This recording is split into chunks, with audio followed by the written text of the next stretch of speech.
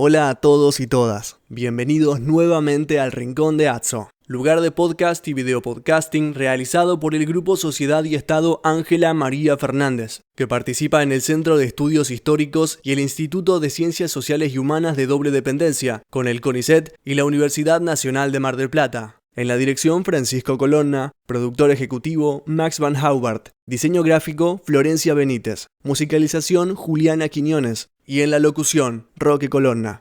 Los distintos capítulos del Rincón de Atso los encontrarás en el canal de YouTube de Aportes de la Historia y en iVoox. Filmamos con una cámara Sony HXR MC88, grabamos con un equipo Zoom H6 y usamos la switchera ATEM Mini de la firma Blackmagic Design.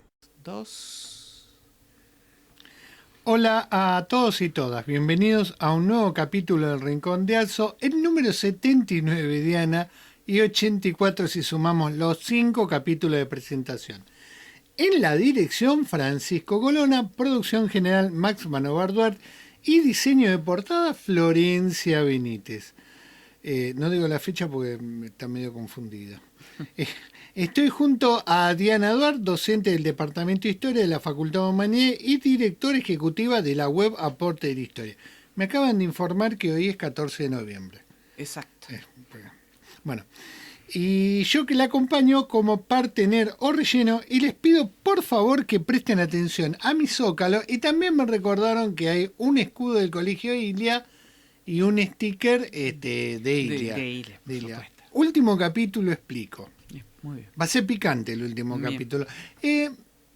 Me comentó un pajarito que el director del CEIS, el doctor Nicolás Quiroga, le invitó a usted, solamente a un panel de historia pública. ¿Es verdad eso? Es así, nos han cursado la invitación de la cual vamos a participar pasado mañana, 16 de noviembre, que hemos agradecido, por supuesto, al doctor Nicolás Quiroga. Sí, y bueno, estoy sorprendido que usted haya aceptado participar de un panel de historia pública.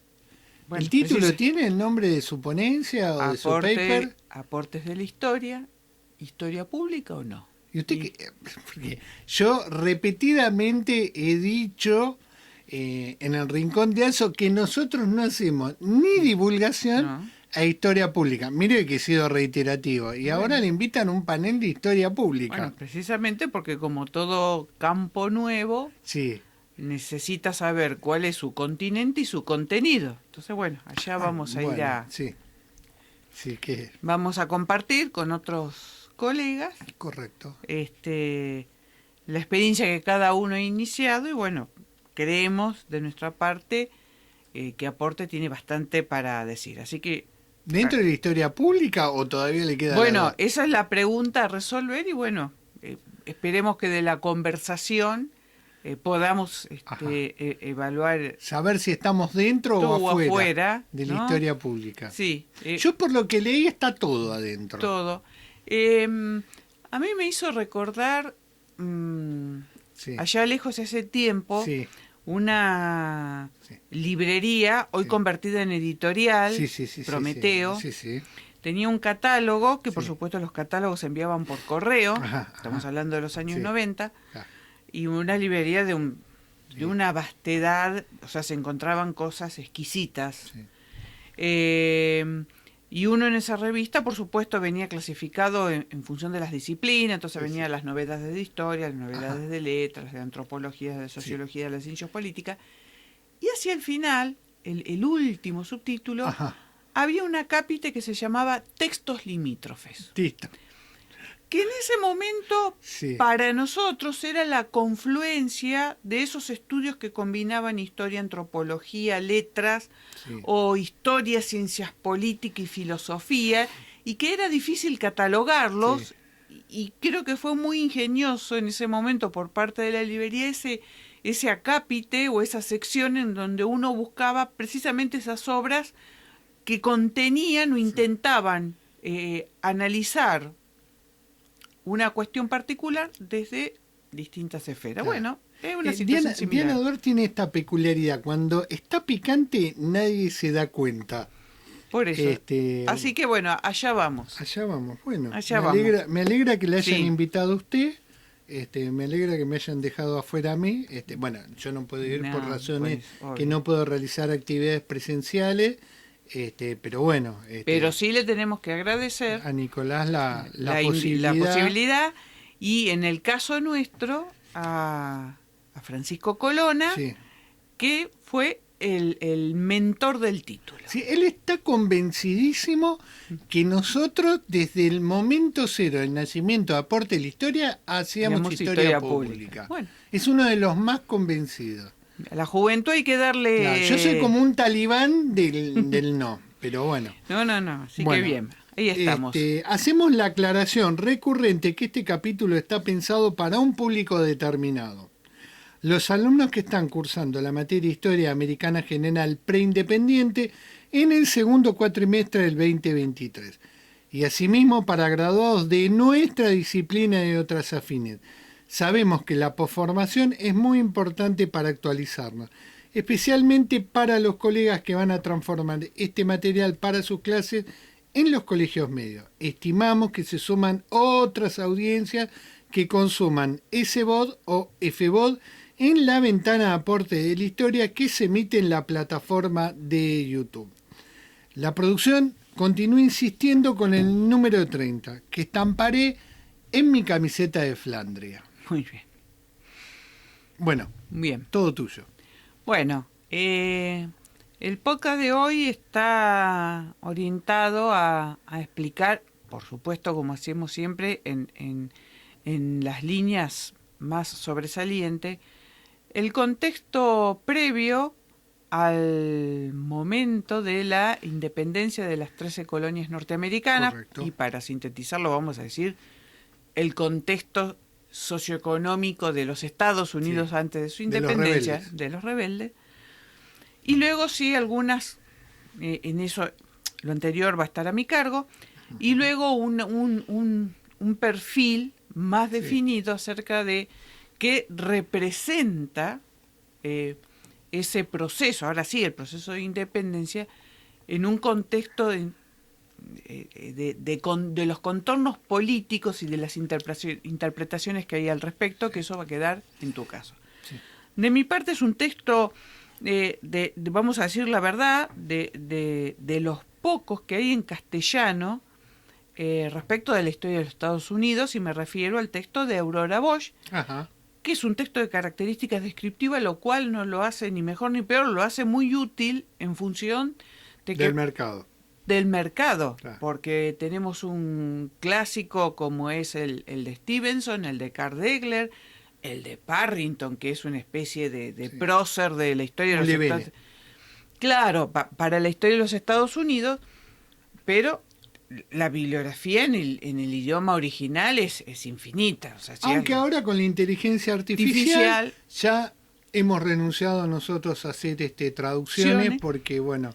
la inteligencia artificial generativa genera, verdad, muy buenas introducciones, pero digamos algo así para tener a mano y poder comenzar es muy importante. Dale. Bueno, ¿qué podemos decir de estos rasgos previos? Nosotros aparte hace 2 podcasts atrás estuvimos hablando del comercio de, sí, las colonias, o sea que tenemos un poquito fresco, sí, está muy bien situación definido hasta el momento antes del proceso de independencia, el funcionamiento de la economía colonial. Y además abordamos el Caribe en el 18, en el cual esa situación tiene mucho que decir, ver, claro, ¿no? Bueno, entonces podemos señalar que hacia 1760 Estados Unidos va a representar 1/3 de la economía británica. Ese Estados Unidos, o esas 13 colonias, van a ser una sociedad diversa y por momentos conflictiva. Pero a pesar de esos rasgos particulares propios, sí, van a construir rasgos distintivos que la van a hacer muy diferente de su metrópoli. Sí. Entre 1700 y 1776, su población se multiplicó por 10. O sea, en 1700 contaban con 250.000 habitantes y en 1776, 2,5 millones de habitantes. El crecimiento vegetativo estuvo a un ritmo del 1,5 anual, lo cual es un crecimiento vegetativo interesante. Teniendo en cuenta que la esperanza de vida, una vez superada la niñez, nosotros sabemos que la niñez tanto en Europa como en el mundo hispanoamericano es un momento crítico. Superada la niñez, la expectativa de vida era de 60 años, un promedio que si se lo compara para el mismo periodo con Europa es de destacar. Sí. Ahora bien, aparte del vegetativo, ese crecimiento se va a dar por las oleadas migratorias. Y ahí abrimos dos flechas o dos caminos, porque están las oleadas migratorias libres y las oleadas migratorias forzadas. Obviamente, dentro de los migrantes libres vamos a tener a aquella legión que ya conocimos como los indentured servants, que era aquel individuo que no tenía el dinero, entonces para viajar entregaba su fuerza de trabajo a la compañía o al propietario de la colonia, y al cabo de 3, 4, 5 años conseguía su independencia y se convertía en un hombre libre. Luego estaban los migrantes libres, o sea, los que no habían tenido que, vamos a decir, empeñar su libertad, dentro de los cuales había alemanes, irlandeses, escoceses, galeses, hugonotes franceses, suizos, judíos, con oficios totalmente distintos. Ahora, dentro de las migraciones forzadas hay de dos tipos. Una van a ser los 50.000 presos británicos deportados. Sí. Y otra, por supuesto, va a ser la esclavitud, los esclavos. Ya hemos explicado por qué la esclavitud, porque precisamente la economía de las colonias del sur, ya sea Chesapeake, las Carolinas y Georgia, recorrieron o se caracterizaron por una economía de plantación, y nosotros sabemos que la economía de plantación solamente funciona a través de la mano de obra esclava.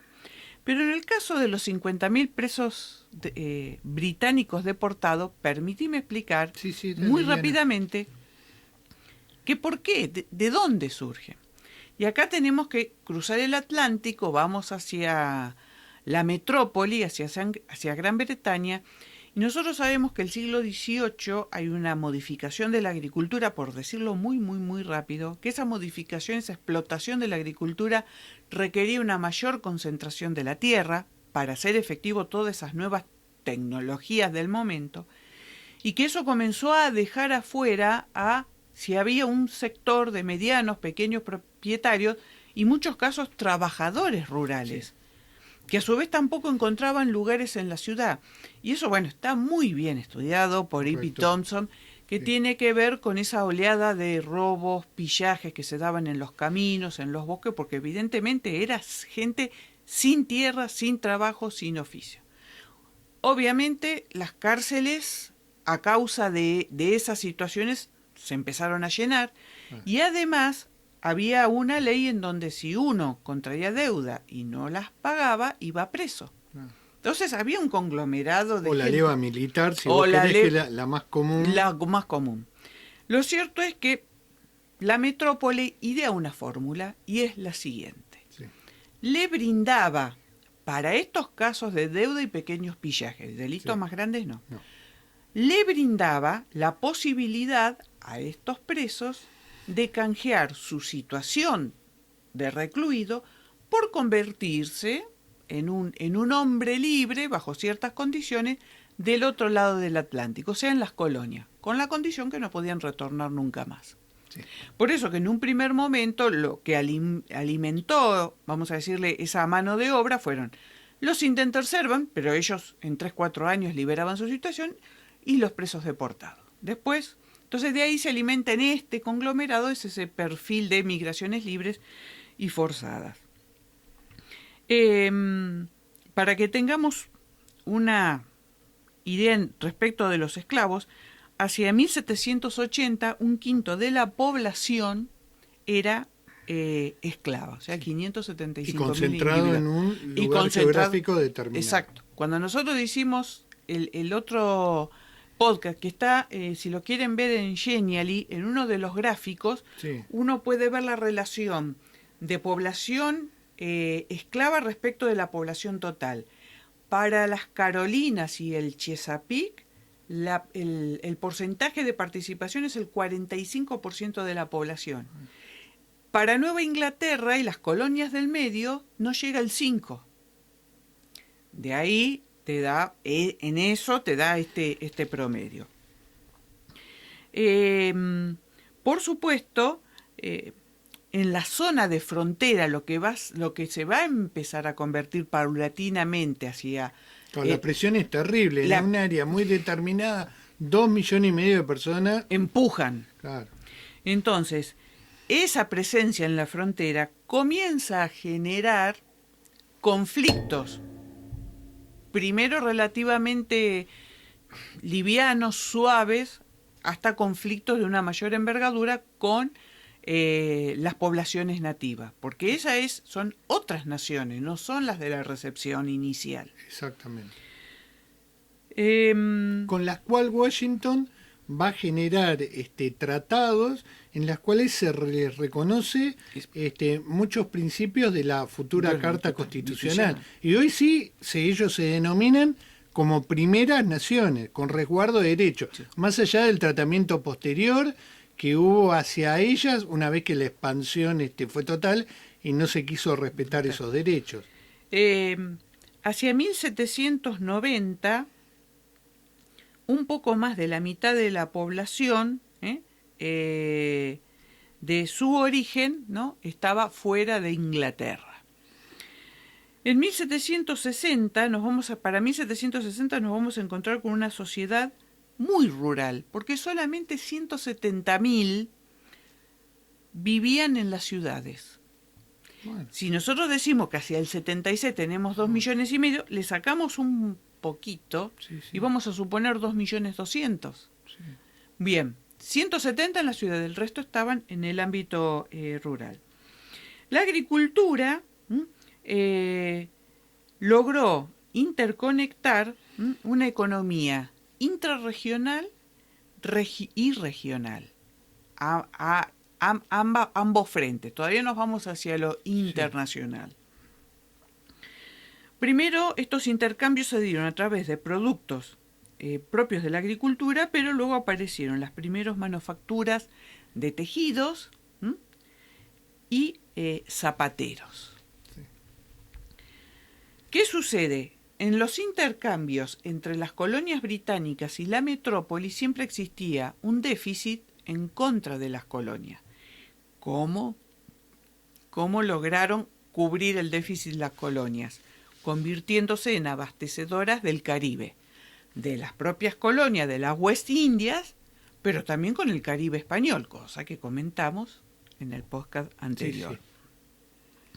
En la primera mitad del siglo XVIII se va a elevar el bienestar y el consumo general de la población, pero lo cierto es que lo que se comienza a diferenciar es el poder económico de sus élites.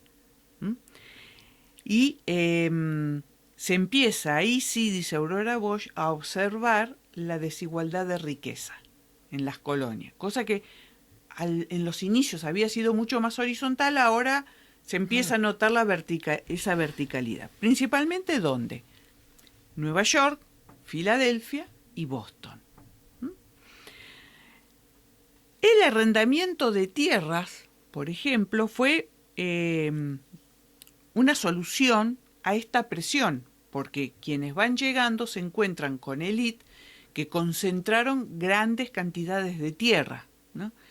Esto siempre lo repito para todas las experiencias americanas.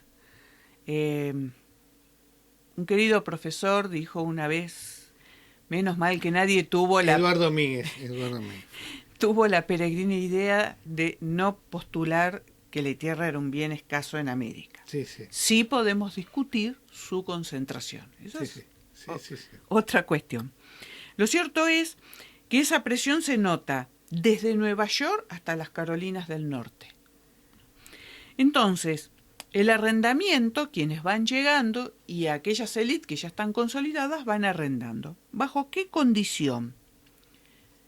Solamente que les roturaran la tierra. Especialmente más al norte vamos, más dura y poco menos rica, en propiedades era esa tierra. Con esa condición ya era más que suficiente. Pero ¿qué sucede? Esos arrendatarios de esos sectores recién llegados no solamente van a tener algún tipo de reclamo en cuanto al arrendamiento y las condiciones, sino que va a ser un sector social que también va a requerir, y me quedo ahí, participación política. Hacia mediados del 18 podemos decir en general que las colonias tenían un gobernador. Si la colonia era real, ese gobernador respondía al rey. Y si esa colonia tenía una compañía o un dueño particular, respondía al gobernador o a la compañía. Después vamos a ver lo que eso significó. Sí. Y si realmente el gobernador era una figura respetada o no. O si le hicieron caso al gobernador, que es peor. Claro. Las colonias, podemos decir así muy sucintamente, se autogobernaban a través de unas asambleas coloniales, por supuesto que estaban lideradas por sus propias élites, dentro de los cuales había abogados, comerciantes, plantadores, algunos artesanos muy prósperos que luego se van a convertir en exportadores. Y vamos a tener unos comités que vamos a conocer como town meeting, en donde participaba el que era propietario o el que pagaba impuestos, cosa que es sagrada en el mundo anglosajón. Acá nos falta una pata muy interesante, que eso sería para otro podcast, porque estas cuestiones tienen que ver directamente con la gloriosa revolución. Sí. No es caprichoso. No. No, está muy conectado. Está muy conectado. Y a otra experiencia, Diana, porque realmente los teóricos ingleses y los teóricos norteamericanos de una alternativa a un gobierno monárquico lo tomaron de las Provincias Unidas de los Países Bajos. Ahí los teóricos definieron muy bien la figura de una monarquía como un tirano que acota la soberanía individual y la soberanía del pueblo, sojuzgándola. Exacto. ¿No? Lo cierto es que quienes tenían derecho a esta representación era con el criterio universal de aquella época, de universalidad que hay en el 18. Perfecto. Estaba comprendido para aproximadamente, dependiendo la colonia, podía participar entre el 40 al 80% de los varones europeos, que en el contexto general eran el 20% de la población. Aurora Bosch dice, es una representación altísima comparada con la representación de Inglaterra, en donde esa participación escasamente orillaba el 3%. Sí. Lo cierto es que van a sobrevenir las famosas guerras coloniales, en donde van a participar España, Francia e Inglaterra. Claro. Esto va a ir con periodos de intermitencia, 1715 y 1763, y lo que está en juego es el dominio de América del Norte.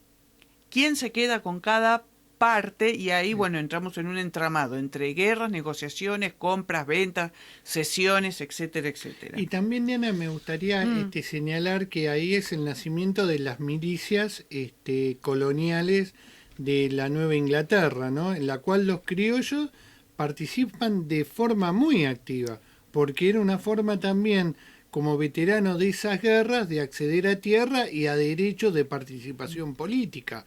Pero las milicias acá son un punto central, esa conciencia de armarse para defender esos derechos que están siendo atacados por otras monarquías.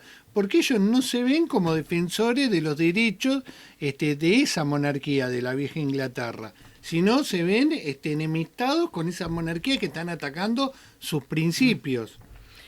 Es un juego de palabras, pero es realmente lo que sucede. Ellos ya se están observando de otra manera.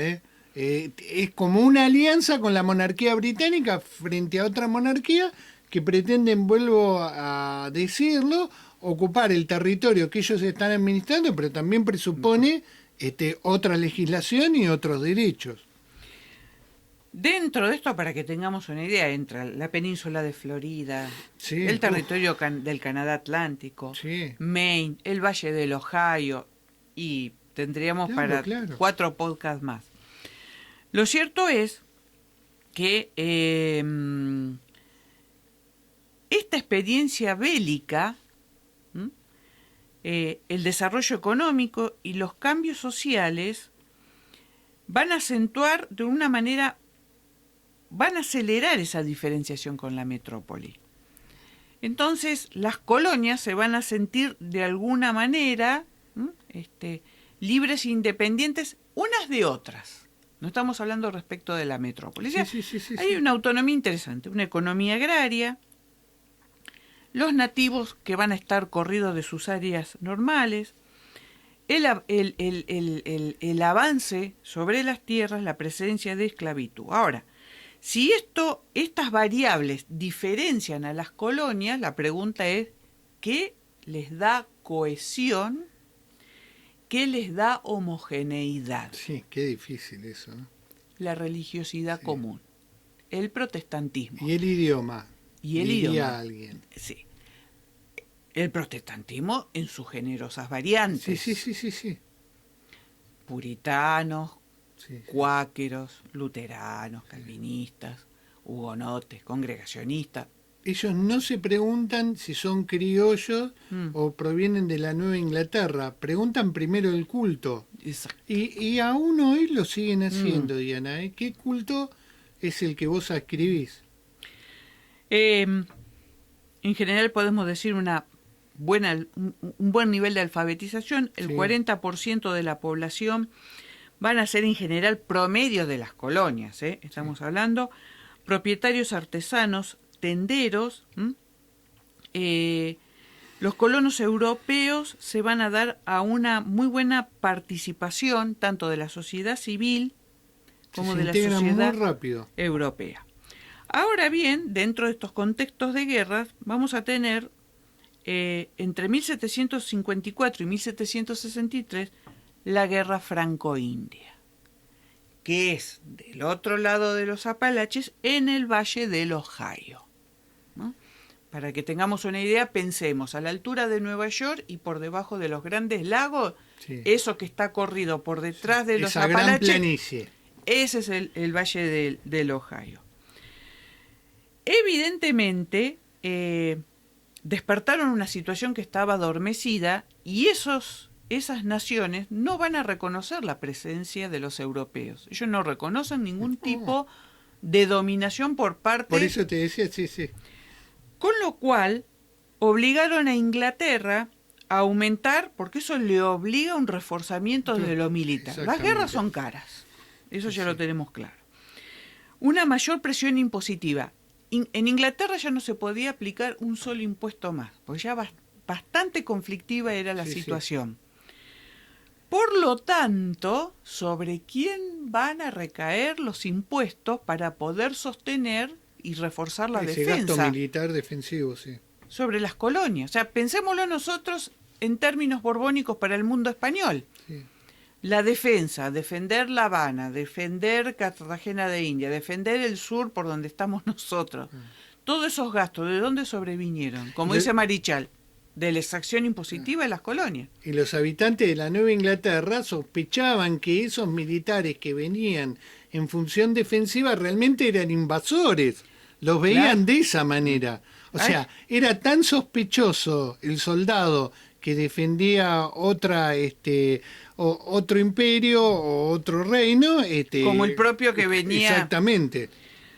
Por lo tanto, este contexto de una mayor presión impositiva va a empezar a llevar a quejas, cuestionamientos. Claro, el tirano que exige. Y planteos de por qué debemos de pagar. Pensemos que terminada esa guerra, especialmente las guerras imperiales hacia el norte, hubo que integrar a 80.000 francófonos a este universo, ¿no? Y van a estar con las milicias de Washington. Y va a haber que organizar un nuevo territorio, el nuevo territorio que algunos se ganaron por vía bélica y otros fueron acordados y comprados a España y a Francia. Del otro lado de los Apalaches, los indios, por supuesto, reaccionaron con levantamientos. Para eso se estimó que se iba a requerir un refuerzo de 10.000 soldados británicos, que van a ser enviados. Para que tengamos más o menos en cuenta esta presión sobre dónde la vamos a ver materializada. En 1764, la metrópoli decide dictar la ley de la moneda, con lo cual le quita la posibilidad de emitir papel moneda a las colonias. Claro. Se quedaron, que estaban funcionando, por lo cual la sumergieron se sumergió en una crisis, no tenés patrón de intercambio, y lo único que hizo fue congelar y paralizar a la economía colonial. Sí. Primer punto. Rompe la cadena de pago. Se rompe la cadena de pago, estamos en problema. Punto 1. 1764, la ley del azúcar. Respecto hacia cómo se manejaban los embarques, todos tenían que ir a Inglaterra, se pagaba una tasa especial. Bien. 1765, la ley del timbre, papel y sello. O sea, todo papel que se usaba para escribir. Justo el papel. Más los timbres legales, justo la tierra de los contratos. Claro. Bien. Y la tierra de la correspondencia, y peor los sellos, todavía. Y los sellos postales. Claro. Mismo año, ley de acuartelamiento. Claro. Las levas.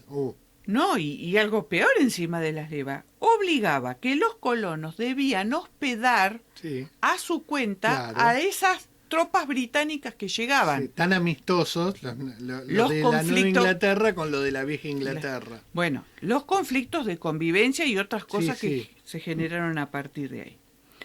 Aurora Bosch dice, detrás de todo este telón corre la construcción de una ideología Whig, en donde el individuo plantea sus derechos respecto del Estado. Se negaron a pagar bajo el siguiente argumento, muy conocido, y es...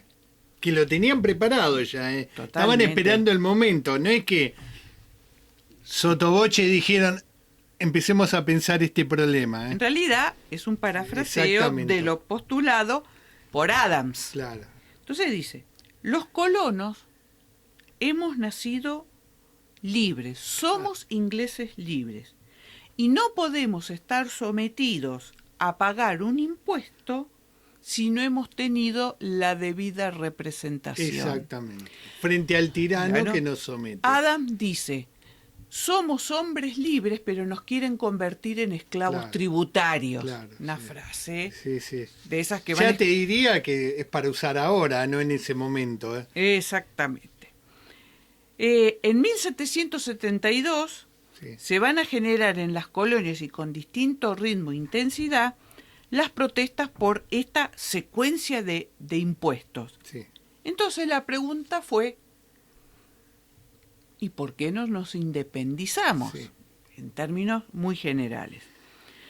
Los conflictos, por supuesto, y acá concluyo, se acentuaron cuando las asambleas locales provinciales dejaron de responder a la autoridad de los gobernadores, independientemente que fuera colonia real, de propietario o de compañía. Y tampoco que le prestaban antes mucha atención, no, tenían su... Trataban al gobernador como si fuera un par en muchas de las asambleas.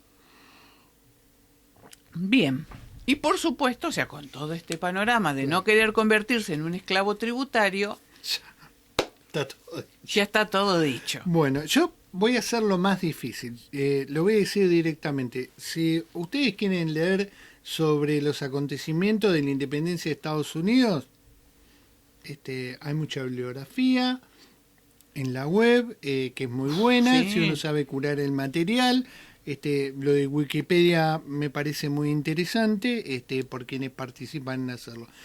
Yo voy a ir por los márgenes, planteando algunas cuestiones que Diana ya sostuvo y otras que me parecen importantes y que muchos historiadores han discutido para explicar cómo estos acontecimientos lo que hicieron fue fraguar algo que venía madurando desde hacía muchísimo tiempo. ¿Y qué tema? Que es, Diana, entonces, la independencia de las 13 colonias. Varias cuestiones previas que van a explicar las tensiones que desembocan en la ruptura entre la vieja Inglaterra y esta nueva Inglaterra. El primer punto es que hablamos de 13 colonias, cuando cada una de estas colonias tenían su propia relación con la vieja Inglaterra. Esa autonomía y relación directa está aún presente hoy en día entre los estados y el gobierno federal. Entonces, cada una de estas colonias individualmente afrontaban problemáticas particulares y buscan diferenciarse de las otras colonias en el tratamiento de problemas y van a defender sus intereses y privilegios. La esclavitud es uno de ellos. Entonces hay que poner en foco las diferencias.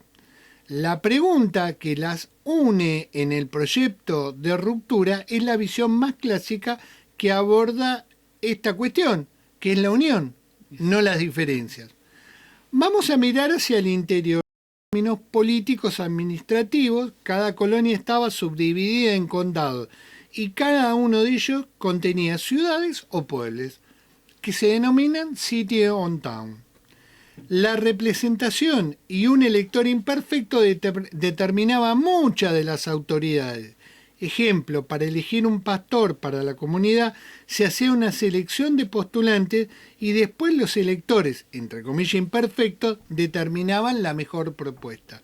Lo mismo sucedía con el sheriff, que es la autoridad judicial, tal cual la vieja Inglaterra, o lo que se denominaba el Consejo de Justicia.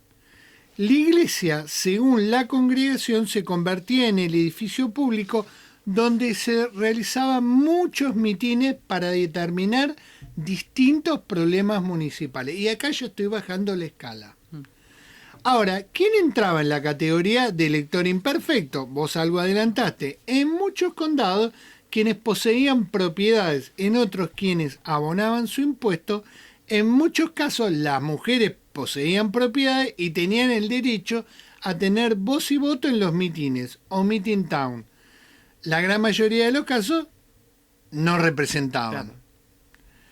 Representación imperfecta, pero representación al fin. Entonces, hay que observar las formas de participación y representación en cada uno de los condados, en cada colonia, según la carta de presentación o fundación. ¿Sí? Que eso sí, como vos decís, no es un detalle menor. Es un detalle para tener en cuenta, para entender las diferencias de interpretación en cómo vamos a seguir después de la ruptura. En Comunidades Imaginadas, de Benedict Anderson, el autor analiza algunos aspectos a tener en cuenta. El primero es la alta tasa de alfabetismo, que vos ya la señalaste, producto de esta alianza entre la iglesia como espacio escolar y la contratación de maestros o quien fuera capaz de enseñar a leer y escribir y operaciones básicas de cálculo. Otro elemento que nos señala Anderson es la distancia entre las colonias, que fue un factor determinante junto a la distancia entre la vieja Inglaterra y la nueva Inglaterra. Eso explica la rapidez con que circulaban, Diana, las noticias. Booker T. Washington se refirió a esta cuestión 90 años después como el telégrafo de las viñas. Él era un esclavo y se sorprendía que ellos, sin saber leer y escribir, tenían noticias muy puntuales sobre el curso de la guerra de secesión. invito a quienes nos escuchan a ingresar a Aportes de la Historia y buscar el telégrafo de las viñas, ¿no? Donde nosotros pusimos extractos de la vida de ese esclavo. Las imprentas fueron otro factor determinante en la circulación de ideas, y las tabernas o iglesias los lugares donde se discutían estos temas. Ya mucho nos ha dicho A.P. Thompson sobre esta cuestión. Por eso, cuando vos señalás el peso del papel sellado para impresión, eso fue un limitante para ellos de la libertad, porque ellos decían, no, ustedes no pueden imponer un impuesto a un papel que está determinado para un libro o para una publicación, porque con eso están coartando la circulación de ideas. Voy a traer en foco el trabajo de los historiadores locales. Estos han hecho un enorme trabajo al recopilar todo tipo de documentación, especialmente de acervos familiares. Las cartas nos han revelado qué tipo de problema debían enfrentar cada comunidad y especialmente el lenguaje utilizado para explicar cuestiones políticas de las más diversas. Acá no solamente importa el lenguaje de los teóricos, sino el lenguaje explicitado y apropiado por los ciudadanos para nosotros poder comprender el alcance de los lenguajes políticos y qué ideas están presentes en sus preocupaciones. Y vaya trabajo el de los historiadores locales, donde cada ciudad tiene la obligación de recuperar ese acervo histórico. Y esto nos lleva al servicio postal. Como vimos, la distancia juega un papel central. Y el servicio postal se va a convertir luego en la independencia en uno de los primeros servicios federales.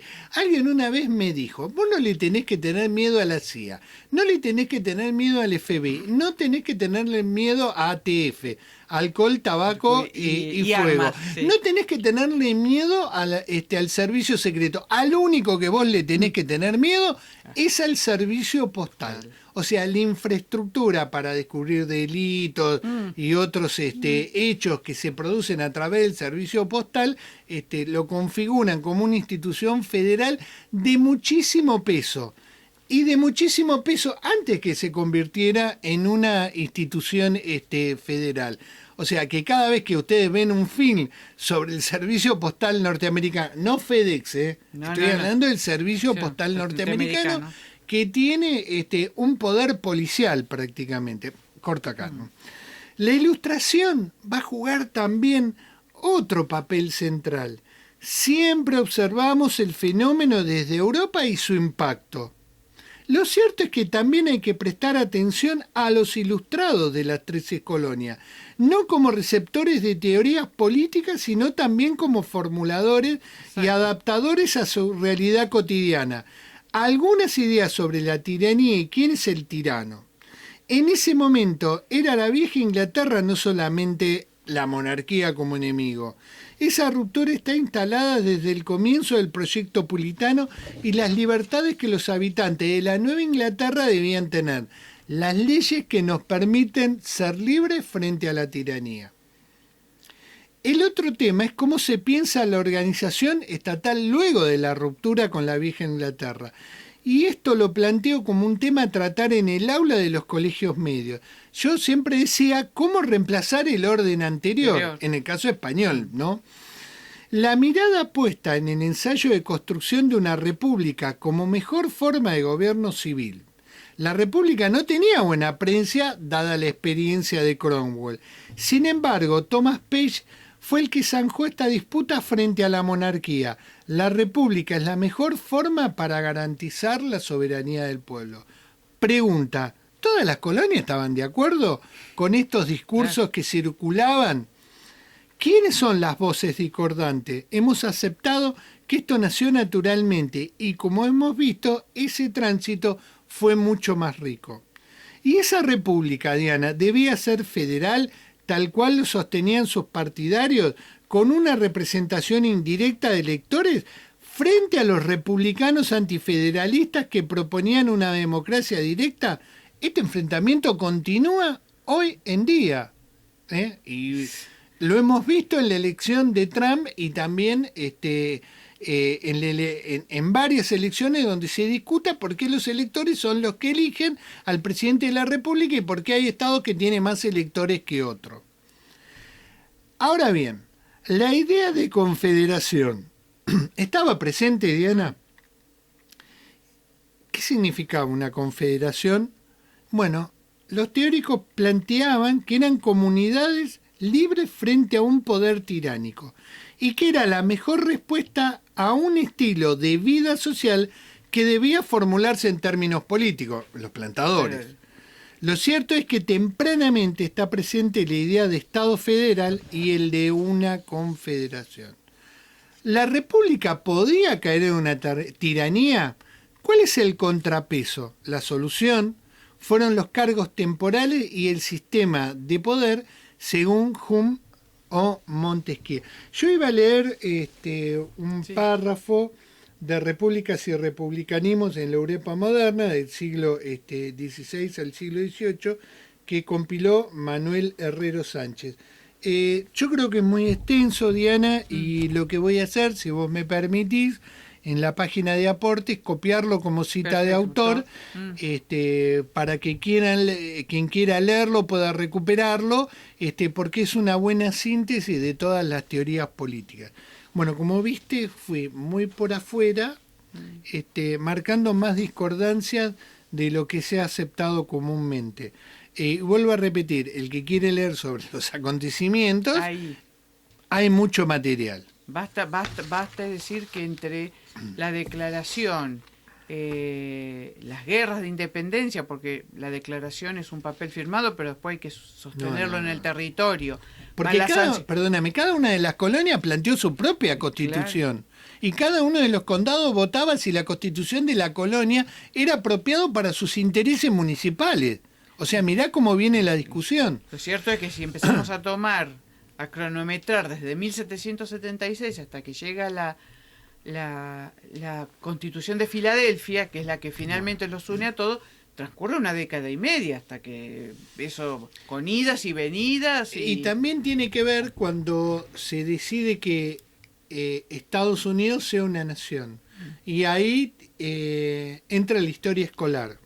Bien. ¿Qué historia escolar se iba a enseñar y qué autores se iba a rescatar para formular esos derechos y esos principios que prevalecieron sobre la vieja Inglaterra y después sobre la Confederación?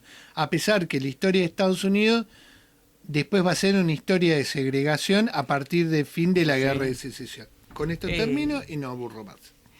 Una cuestión de lo que vos señalando el tema del correo como una institución federal, y respecto a cuáles eran las atribuciones que cada colonia quería guardar para sí. Nosotros sabemos que al momento de la sanción de la Constitución, una de las cuestiones de los nudos gordianos eran los impuestos, quién los resguardaba y esa recaudación, quién establecía el gasto.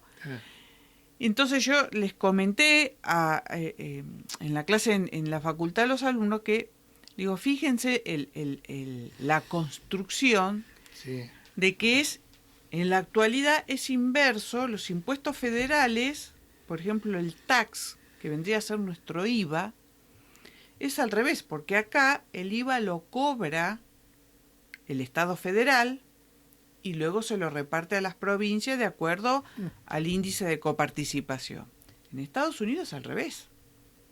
El tax los cobran los estados y todos los meses le envían al Estado federal la partecita que le corresponde al Estado federal. Es más, en algún momento de la historia política ya del siglo XX de los Estados Unidos, cuando algún gobernador así se ha querido poner un poco en rebelde respecto del presidente, del poder federal, ¿qué es lo primero que hace? Del tirano, dice. ¿Con qué amenaza? Con no depositar la plata del tax. Sí, yo nunca he visto discutir con tanto fanatismo a ciudadanos de otro país como la situación impositiva. Y cuando arrancan desde antes del proceso revolucionario. O sea, tenés que escucharlos 1 hora, porque imagínate el derrotero que te hacen histórico, para explicar el tema impositivo. Y todas las regulaciones impositivas que hay, y digamos, la gente va presa con condenas muy importantes por evadir impuestos. O sea, como dije una vez, no sé si de manera correcta, pero te daban más pena por evadir impuestos que por cometer un homicidio en segundo grado. Pero bueno, son sociedades que discuten en otros términos de sus inicios. Nosotros no encontramos esa discusión en el Río de la Plata, como está planteada tan fuerte en las 13 colonias. Y yo creo que tiene que ver con eso que nos dice Anderson. Esa cultura que ha quedado impresa, esos documentos que podemos ver en las comunidades, en los municipios, las cartas, quejándose sobre una serie de situaciones, pero especialmente impositivas. O sea, está instalado en el ADN del ciudadano norteamericano moderno. Respecto de... Nosotros no, yo creo que es una cosa como que pasa, es un impuesto. Al pasar. Sí. No sé por qué, no sabes que Carlos siempre decía, las discusiones que tengo son sobre impuestos. O sea, cuando él lo invitaban a ¿te acordás? En una universidad norteamericana, los profesores la primera clase que le daban era sobre el tax impositivo que iba a tener que pagar. Y que lo pagara porque si no, cuando salía y no se iba sin pagar los impuestos, no podía volver a entrar. Nunca podía volver como profesor invitado.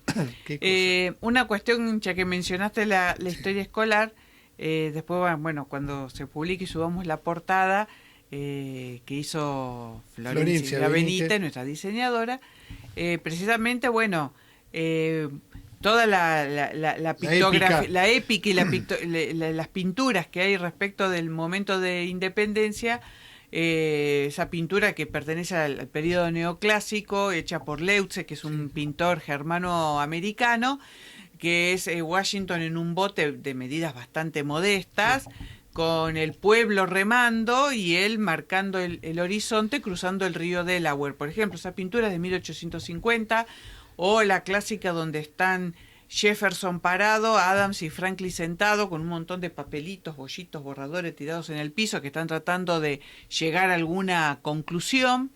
O el Salón de la Declaración de la Independencia, que puede rememorar, si queremos, nuestro salón en San Miguel de Tucumán con la Prida, que ahí yo le hice notar una cuestión. Siempre quienes están al frente de las asambleas están siempre hay una tarimita, como que está un poquitito por arriba. Sí. Y acá acá es un salón, en el caso de los algunos están sentados, otros están parados, pero la mesa, el escribiente, todos están al mismo nivel. Claro. Porque esa es con la idea de la tarima británica, que cuando vos te quejás, tenés que estar fuera del suelo británico, y tal y cual. Yo, mira, voy a rescatar 2 cosas que a mí me llamaron mucho la atención. A algunos les va a parecer ridículo, pero yo los invito a que vean el capítulo. Te pedí permiso para decirlo, porque esta es una clase que tiende a lo académico. Y es que hace muchos años yo y vos tuvimos la oportunidad de ver el capítulo de Snoopy sobre la independencia de Estados Unidos. Y yo realmente quedé sorprendido porque yo entendía el impacto a quienes iba dirigido. ¿A qué público? Y yo pensaba, bueno, ¿qué tipo de conciencia se instala sobre ciertas cuestiones a través de un dibujo, una tira como Snoopy? Está bien que el autor siempre fue muy sensible a esos temas, o sea, el solo hecho de citar a Snoopy recorriendo las tumbas de Ypres en Flandes. Jules era. Sí, es increíble, pero esa media hora explicativa de lo que fue en ese momento que estaban diseñando el bosquejo de la Constitución norteamericana y este pajarito observando lo que estaban discutiendo, a mí me pareció inigualable y nunca lo encontré en la historiografía, digamos, escolar argentina en términos de dibujo, más allá de Pacapac y todas las cuestiones. Y la segunda, que yo siempre le decía a mis alumnos, es Lisa Simpson. También. Lisa Simpson es una evocadora de esos derechos fundacionales que se fueron diluyendo o tergiversando a lo largo de la historia. Exactamente por algunas élites, como ella las ha señalado, cínicas. O sea, fíjense cómo está planteado desde un dibujo animado para chicos y de un dibujo para adultos.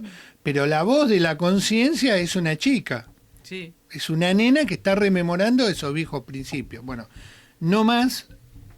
Bien. Bueno, muchas gracias por haber compartido el... No, a vos el como deporte. siempre la oportunidad que me das, porque lamentablemente yo no tengo funciones docentes y bueno, Acá estamos. yo soy un educador y me gusta decir lo que sé, pero bueno, así que te agradezco a vos y te deseo mucha suerte este jueves. Bien. Para dilucidar si hacemos o no historia pública. Diana, como siempre, muchísimas gracias. Bueno, y como siempre les decimos, muchas gracias por acompañarnos. Ya saben, si no están, se pueden suscribir al canal de Aporte. Si les gustó, dan un like, tocan la campanita para recibir las novedades y nos encontramos en una próxima entrega. Con tu remera de Snoopy. Con la remera de Snoopy, acá en el Rincón de Atso, en Aportes de la Historia. Gracias. Un beso Hasta grande pronto. a todos. Un beso grande, un saludo a todos.